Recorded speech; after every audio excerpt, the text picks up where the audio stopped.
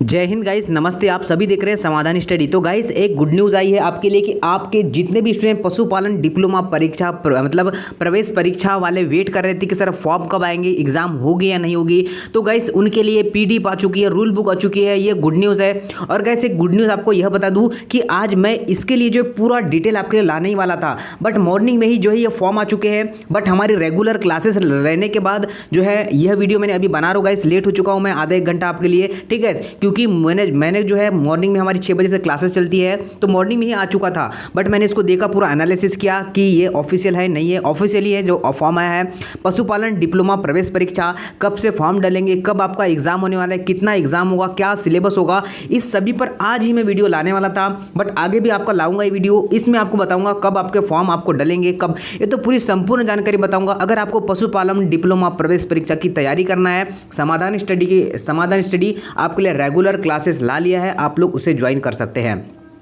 तो देखिएगा, अब मैं आपको रूल बुक के ऊपर लेके चलता हूं। तो ये रूल बुक आ चुकी है। क्या है? पशुपालन डिप्लोमा प्रवेश परीक्षा, कौन सा स्टूडेंट इस फॉर्म को फिल कर सकता है, आगे इनका इन फ्यूचर क्या होने वाला है, इस कोर्स के करने के बाद आपको क्या जॉब मिलेगी नहीं मिलेगी, पूरी जानकारी आपको ए से लेकर जेड तक पूरी प्रोवाइड करूंगा। तो ध्यानपूर्वक सुनना है। तो ये आपका पीईबी प्रोफेशनल एग्जामिनेशन बोर्ड द्वारा फॉर्म निकाला जाता है और ये हर साल एक बार भर्ती निकलती है। क्या कहा मैंने? हर साल में ये एक बार भर्ती निकलती है। ये 2021 वाली आपकी भर्ती है। आपका फॉर्म भरेंगे 6/10 से, मतलब 6 तारीख से आपके फॉर्म भरना स्टार्ट होंगे। अंतिम तिथि आपकी 10 दिन आपकी जो होगी, आपका 10 दिन आप फॉर्म भर सकते हैं। उसके बाद आप लोग संशोधन तो बहुत से स्टूडेंट करते हैं, गलती होती है तो नहीं करना है।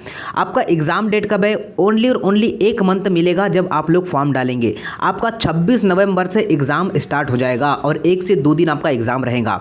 उसके बाद बात कर लूँ अमाउंट कितना लग रहा है, कि आपको जो अनारक्षित वर्ग वाले स्टूडेंट है उनको 400 रुपये लगेगा, और जो भी SC ST OBC वाले स्टूडेंट है, EWS वाले स्टूडेंट है, उन्हें 200 रुपये लगेगा। विथ इसमें पोर्टल चार्जेस जो है आपको अलग से लगने वाला है।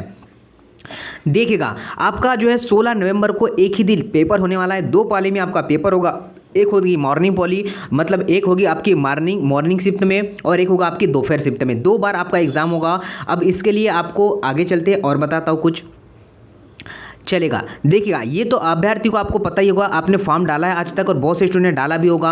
तो ये देखिए, ये तो आपको पता होना चाहिए कि आप लोग मध्य प्रदेश के मूल निवासी होना चाहिए, अगर ये मध्य प्रदेश का फॉर्म है तो। उसके बाद आपका आधार कार्ड होना चाहिए, पैन कार्ड, अगर पैन कार्ड भी हो तो बनाइएगा, बायोमेट्रिक होना चाहिए। सब कुछ जानकारी आपको बेसिक पता है, ये जानकारी आपको बनाने की ज़रूरत नहीं है, ठीक है। तो ये सब एग्ज़ाम फॉर्म के जब आपका एग्ज़ाम होगा तब मैं ये सब निर्देश बताऊँगा आपको।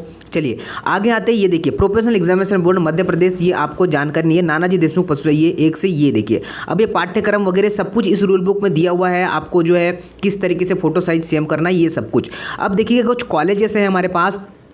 नानाजी देशमुख पशु विज्ञान महाविद्यालय जबलपुर पशु पात्रोवधि प्रवेश परीक्षा 2021-20, मतलब जो है आपका यह फॉर्म होगा 2021-20 के लिए। तो यह आपका सिलेक्शन जो है 21 वाली भर्ती में ही होने वाला है। अब आगे बढ़ते हैं। ये नियम कानून आपके लिए जो है समझना अभी आवश्यक नहीं है। ओनली और ओनली अभी आपके लिए क्या आवश्यक है? ओनली फॉर्म डालना आवश्यक है। देखिएगा, आपके पास कॉलेजेस कितने हैं? तो आपके पास 5 टोटल कॉलेजेस हैं, जिसमें कितनी सीटें हैं मैं अभी आपको डिफाइन करके बताता हूँ। वेटनरी पॉलिटेक्निक कॉलेज जबलपुर में 64 सीटें हैं। उसके बाद वेटनरी पॉलिटेक्निक कॉलेज महू में कितनी सीटें? 63 सीटें हैं। वेटनरी पॉलिटेक्निक कॉलेज रीवा में आपकी कितनी सीटें हैं? आपकी 62 सीटें हैं। भोपाल में आपकी 61 सीटें हैं। मुरैना में आपकी 61 सीटें हैं। अब आपकी ऑल और कितनी सीटें हैं? तो यहाँ पर आपकी 311 सीटें हैं। क्या है? 311 सीटें हैं। और आपको बता दूँ गाइस, इसमें जो है आरक्षण वगैरह भी मिलता है। अब आपको आगे बता दूँ। और यहाँ पर आपको फ्री सीट और आपको पेमेंट सीट। फ्री सीट क्या होता है? तो अब फ्री सीट और पेमेंट सीट आपको जब आपका रिजल्ट आएगा तब आपको बहुत ही दिक्कत होती है, इसलिए मैं पहले ही बता दूं। फ्री सीट में आपको अमाउंट नहीं लगता है। क्या कहा मैंने? फ्री सीट में अगर आप लोग का सिलेक्शन होता है तो आपको अमाउंट नहीं लगता है। 2 कैटेगरीज आती है जब आपका रिजल्ट आता है। एक आती है आपकी फ्री सीट भी और एक आता है आपका पेमेंट सीट। तो पेमेंट सीट में आपको अमाउंट बेस पर जो है एडमिशन होता है। फ्री सीट पर कोई भी अमाउंट नहीं लगता है। अब देखिएगा, यहाँ पर कॉलेजेस के अकॉर्डिंग इन्होंने बांट रखा है कि OBC वालों को कितनी सीट जाएगी, SC ST वालों को कितनी सीट जाएगी। आपका जबलपुर में सामान्य में 24 सीट रखी है इन्होंने। तो अगर आपका जो SC वाले हैं, ST वाले हैं तो 10 सीट, 12 सीट और OBC को 16 सीट ऐसी इन्होंने बांट दिया है। आप लोग यह देख सकते हैं। आप लोग को इसका लिंक मैं डिस्क्रिप्शन बॉक्स में दे रहा हूँ, आप लोग वहाँ से डाउनलोड कर सकते हैं। पेमेंट सीट की देखिए पेमेंट सीट की बात कर लूँ मैं यहाँ पर, कुल योग आप लोग देख रहे हैं इतनी सीटें इन्होंने डिफाइन किया है। पेमेंट सीट देखिए कि यहाँ 13 सीट जो आपका जनरल वालों की है, एससी वालों की जो है 5 सीटें, ये सभी एक्स की, मतलब आप लोग मेल फीमेल दोनों इस फॉर्म को फिल कर सकते हैं। बात ये अच्छी है कि मेल कैंडिडेट और फीमेल कैंडिडेट दोनों इस फॉर्म को फिल कर सकता है। आगे बढ़ते हैं और ये पेमेंट सीट, फ्री सीट और पेमेंट सीट देखिए 240 जो आपकी सीट है आपका पेमेंट फ्री सीट है, और आपके पेमेंट सीट कितनी है 60 सीट है। तो ये अलग अलग सीटें डिवाइड किया है। चलिए आगे बढ़ते हैं और कुछ जानकारी आपके लिए। ये देखिए आपको क्या है, पॉलिटेक्निक कॉलेज उपरांत प्राप्त, चलिए ये जानना जरूरी नहीं है। आगे बढ़ते आरक्षण की बात की है। शैक्षणिक योग्यता, यह जानना बहुत जरूरी है आपके लिए कि कौन सा स्टूडेंट 12th पास आउट वाला, कौन सा सब्जेक्ट वाला स्टूडेंट इस फॉर्म को फिल कर सकता है। अभ्यर्थी को माध्यमिक शिक्षा मंडल आपका सिका नई दिल्ली ये 10वीं 12वीं पास होना अनिवार्य है। ठीक है, उसके बाद इन्होंने कह रखा है 12वीं सक्षम परीक्षा में विज्ञान विषय, मतलब आपका विज्ञान, आपका जीव विज्ञान, गणित या कृषि की 12वीं परीक्षा न्यूनतम 50% अंकों से उत्तीर्ण होना चाहिए। और एससी का अगर है तो आप लोग 5% कम भी मिल सकता है। देखिएगा तो इस फॉर्म को फिल कौन सा स्टूडेंट कर सकता है, अगर आपका 12th और 12th पास आउट होना चाहिए। क्या कहा मैंने, 12th पास आउट होना चाहिए। आपका बायो वाले भी स्टूडेंट इस फॉर्म को डाल सकते हैं। आप लोग एग्रीकल्चर वाले भी इस फॉर्म को डाल सकते हैं, और आपका मैथ्स वाले भी इस फॉर्म को डाल सकते हैं। और आपको न्यूनतम 50% होना चाहिए। क्या कहा मैंने, आपका पासिंग मार्क्स कितना होना चाहिए, 50% होना चाहिए। और विथ अगर आप एससी से बिलोंग करते तो आप 45% होगा, तो आप इस फॉर्म को फिल कर सकते हैं। तो बहुत से कैंडिडेट मुझे कमेंट्स करते रहते हैं कि सर हमको हमारा जो ये सब्जेक्ट है तो हम इस फॉर्म को फिल कर सकते हैं क्या, तो बिल्कुल, अगर आपका ये 3 सब्जेक्ट है तो आप इस फॉर्म को फिल कर, कोई भी अगर आपने कृषि से कर रखा है तो कृषि वाले भी इस फॉर्म को फिल कर सकते हैं। चलिए आगे देखिए, इस पाठ्यक्रम में प्रवेश परीक्षा वे छात्र भी सम्मिलित हो सकते हैं जो इस वर्ष माध्यमिक शिक्षा मंडल बोर्ड की परीक्षा में सक्षम है।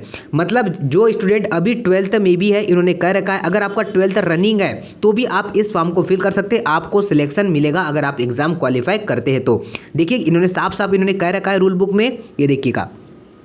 ठीक है, चलिए आगे बढ़ते हैं। बट जो है अगर आप लोग फेल होते तो आपको एडमिशन नहीं मिलेगा, अगर आप पास होते तो आपको एडमिशन मिलेगा। पास होने के बाद की बात कर रहा हूँ। ठीक है, आयु की बात कर लूँ मैं तो कम से कम आपकी 17 साल होना चाहिए और अधिक से अधिक आपकी 28 साल होना चाहिए। इसके ऊपर होती तो आपको यहाँ पर नहीं लिया जाएगा आपको। और मध्य प्रदेश का मूल निवासी होना अनिवार्य है। अगर आप लोग SC ST से बिलोंग करते तो 5 साल आपको छूट मिल जाती है।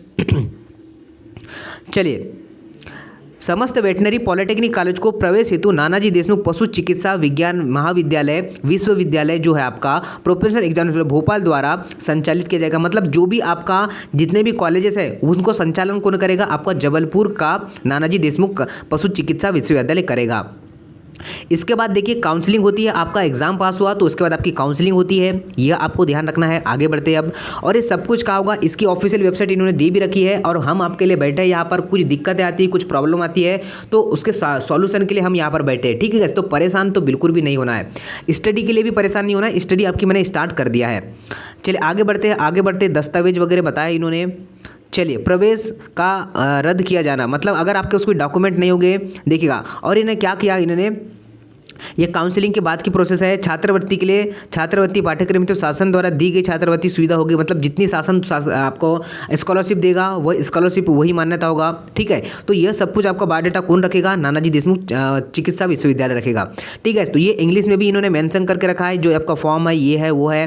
ठीक है, अब बात आती है सिलेबस की। ठीक है, तो सिलेबस मैं पर्टिकुलर आपके लिए बनाऊंगा, ये तो आपको फॉर्म कैसे भरना है, ये भरना है वो भरना है। अभी आपके पास टाइम है इसलिए आपको वेट करना है, मैं आपको पूरी बताऊंगा। ये फोटो अपलोड करना, ये करना है वो करना है, ये सब कुछ बताऊंगा। ठीक है, जितनी अभी जानकारी दे रहा हूं उतनी आप लोग समझिए बस। चलिए, और जो आपका विकलांग वर्ग है उनके लिए अलग से एक कोटा रहता है गाइस, वह चलिए एडमिट कार्ड आपको कहाँ से मिलेगा, सब MP ऑनलाइन के माध्यम से मिलेगा, आपका PEB से जो है सब कुछ कांटेक्ट होकर मिलेगा। और बात कर लूँ आपके लिए नेगेटिव मार्किंग, त्रुटि सुधार, मतलब नेगेटिव मार्किंग नहीं है। क्या है, आपका नेगेटिव मार्किंग इस एग्जाम में नहीं होती है, यह आपको ध्यान रखना है। और इसमें नॉर्मलाइजेशन होता है। ठीक है, नॉर्मलाइजेशन फैक्टर होता है, यह मैं आपको बाद में समझाऊंगा। देखिए देखिए फैक्टर इन्होंने दे रखा है कि ऐसे हम लोग नॉर्मलाइजेशन करते हैं। चलिए आगे बढ़ते हैं। चलिए आगे बढ़ते हैं और क्या इंपॉर्टेंट है आपके लिए। चलिए तो इतना है और कुछ दिया है इन्होंने, क्या आगे बढ़ते हैं हम लोग। ये इतना सारा रूल बुक है गाइस, अगर आपको टाइम मिले तो खुद भी पढ़ सकते हैं, नहीं तो मैंने आपको जितना ये आप लोग जो पेमेंट है आप लोग डेबिट कार्ड एटीएम कार्ड किसी से भी कर सकते हैं। अभी फॉर्म तो स्टार्ट नहीं हुई है, फॉर्म जब स्टार्ट होंगे तो मैं आपको बता दूंगा। चलेगा, ये फॉर्मेट दिया है, अगर जो भी स्टूडेंट खुद से फॉर्म भरना चाहता है तो देखिए ये पीईबी का फॉर्मेट है। यहाँ पर आपको क्या लगाना है, अपनी फोटो लगाना है, यहाँ पर आपकी सिग्नेचर करना है, इस बॉक्स में जो ऊपर दिया हुआ है, ठीक है, जो ऊपर घोषणा दिया हुआ है इसी को फिल करना है, इससे आप लोग को यहाँ लिखना है और ये आपको अपलोड करने बोलेगा तो आप लोग को अपलोड करना है। और ये सिलेबस है, इंग्लिश में भी सिलेबस दिया हुआ है, और आप चाहते हैं कि सर हिंदी में सिलेबस बनाइए तो मैं आपका हिंदी में भी सिलेबस बना दूंगा। ये पूरा इंग्लिश में मेंशन है सिलेबस, तो मैं हिंदी में बता दूंगा आपको कि क्या क्या पूछा जाता है। और हमारी रेगुलर क्लासेस भी चल रही है गाइस। ये देखिए निर्देश क्या है, ये निर्देश है, इसके लिए मैं आपको पर्टिकुलर बताऊंगा क्या है। चलिए, ऑनलाइन परीक्षा आप कहाँ दे सकते हैं, भोपाल में दे सकते हैं, इंदौर में दे सकते हैं, जबलपुर और आपका ग्वालियर, यहाँ आप लोग जो है ऑनलाइन परीक्षा आप लोग दे सकते हैं। आवेदन शुल्क तो मैंने बता चुका, आपको परीक्षा तिथि भी बता दिया है। तो ये था आपका पूरा बेसिक जानकारी जो मैंने आपको बताया है क्या होगा कैसे होगा, ठीक है। तो 20 दिए आपका जो इन्होंने दिया है 1 मंथ है। अगर आप लोग को स्टडी करना है गाइस तो मेरी मॉर्निंग क्लास लगती है, उसका लिंक भी मैंने डिस्क्रिप्शन बॉक्स में आपको प्रोवाइड कर दिया है। मॉर्निंग सेशन से क्लासेस लग रही है, डाइट वाले विद्यार्थियों को, वेटनरी वाले, पीएनएसटी वाले स्टूडेंट के लिए, तो आप जो है क्लास को ज्वाइन कर सकते हैं। अगर सिलेक्शन लेना है तो समाधान स्टडी आपके साथ बना हुआ है। पिछले साल भी सिलेक्शन हमने बहुत सारे दिलवाए हैं, इस साल भी अगर आप लोग तैयारी करते हैं तो बहुत सारा सिलेक्शन लेके यहाँ से स्टूडेंट जाने वाला है, ठीक है। जय हिंद। वीडियो को शेयर जरूर करना है, अगर अच्छा लगा होगा तो लाइक भी करना है। नमस्ते।